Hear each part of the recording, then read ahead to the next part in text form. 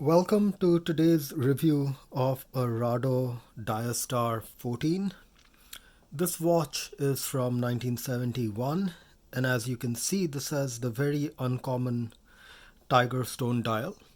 This TigerStone dial is essentially a very thin veneer of TigerStone that's overlaid on top of the regular metal dial that most Rados of this age would have had. And because the veneer is so thin, the anchor is actually painted on the dial because you just could not drill the hole for the cannon pinion to have the rotating anchor. Now most of you would know the DiaStar of the 1960s as being the Shield DiaStar, which was that rounded DiaStar that everybody knows it by. But these straight-faced DiaStars were a very rare and a much more premium DiaStar design that comes out in 1970 and only lasts for a year or so, because I think this is when Rado's trying to show off its design chops. It's 37 millimeter by 41 millimeter lug to lug. It has that very distinctive tungsten metal body with a sapphire crystal. All Rado DiaStars have had sapphire crystals. And it has a bracelet that again is so much a bracelet of 1970 really. It is just a beautiful bracelet. I've been looking for this watch for a while. It has a signed crown. It's kind of hard to see, but should be able to see it. And when you look at the back, obviously it has seen a fair amount of wear and tear on the back, but the tungsten is as good as new. Needs a little bit of cleaning. And you can clearly see the construction, that's the stainless steel body of the watch. And then there is the tungsten on top, which becomes the scratch resistant. It's not really the case for the watch. The TigerStone just looks so spectacular. This is, after all, a design of 1970, and in 1970s, in the early 70s, they were trying to look at all sorts of various experiments with what could be made with a dial. Dial ones were no longer the boring linen dial or the textured dial that were common in the waffle dial from the 1950s. In this dial, in fact, you can see there are some of the challenges of working with stone. If you look at it, it does have loom, but obviously after 50 something years, the loom doesn't work anymore. But you can see on the 1 o'clock, 2 o'clock, 3 and 5, there is no loom dot left. What happened is the stone the stone dial is so polished so smoothly that the loom just does not stick to it as it contracts and expands due to temperature variations. And whereas a painted dial always has enough textural surface for loom to stick to, on a stone dial, the loom just does not stick.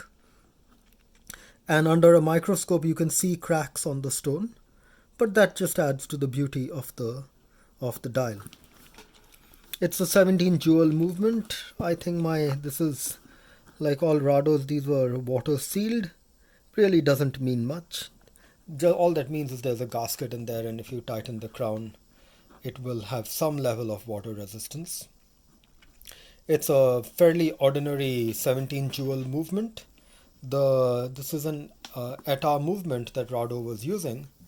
And these movements were, if you were buying it in Europe, would come as a 25 jewel movement. But if you bought it in the US, they would get rid of 8 of those jewels to make it a 17 jewel movement to get under the customs duty that watches more than 17 jewels were subject to.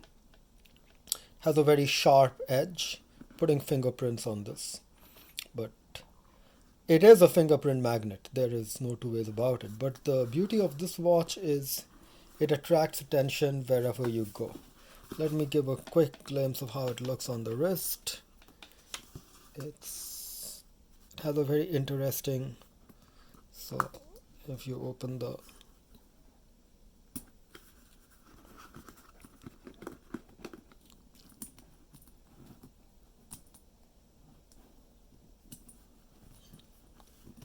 band, just let's get this bracelet to click in. It's a little hard to do it one-handed, but there you go. So the bracelet clicks in, and then you just snap this shut. Looks really good on a wrist where it's much larger than the size would indicate. An absolute spectacular watch. There's just no two ways about it. Keeps great time. I haven't really had the need to have had this serviced. I've owned this for quite a few years now.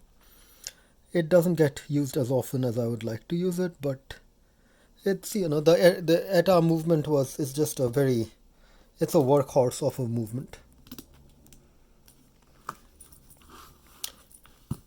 And the one note with Rados, as people try to buy Rados, is it's very important you buy it from a known source, because most of the Rados that you will get on eBay are either Franken watches or they're just fakes.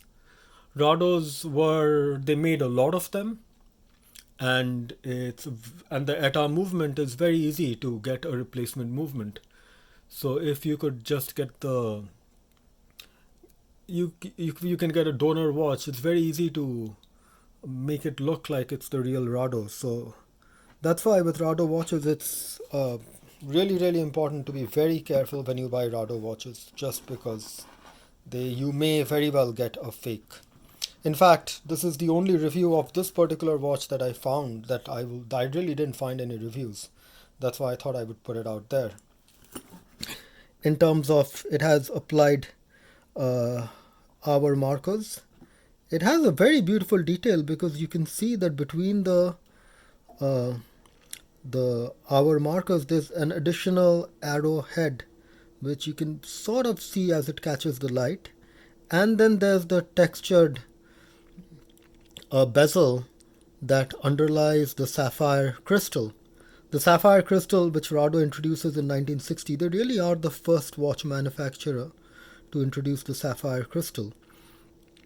So it's a very beautiful dial. It is a little hard to see because there's already so much interplay of light that's happening on the textured, on the TigerStone dial, that it's kind of hard to read that there's actually a three-dimensional element to the hour markers as well as the bezel that's on top of it.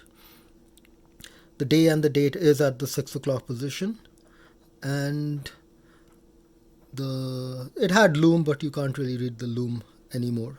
If I decide to work on this watch one day, I will open it up and look at the loom, but for the time being and for the foreseeable future, this watch will stay the way it is. Thank you everybody for watching, and please be sure to like and subscribe to this. So like this video and subscribe to the channel. I do need more subscribers so I can have more videos coming your way. And please let me know in the comments what you thought and which watch I should profile next.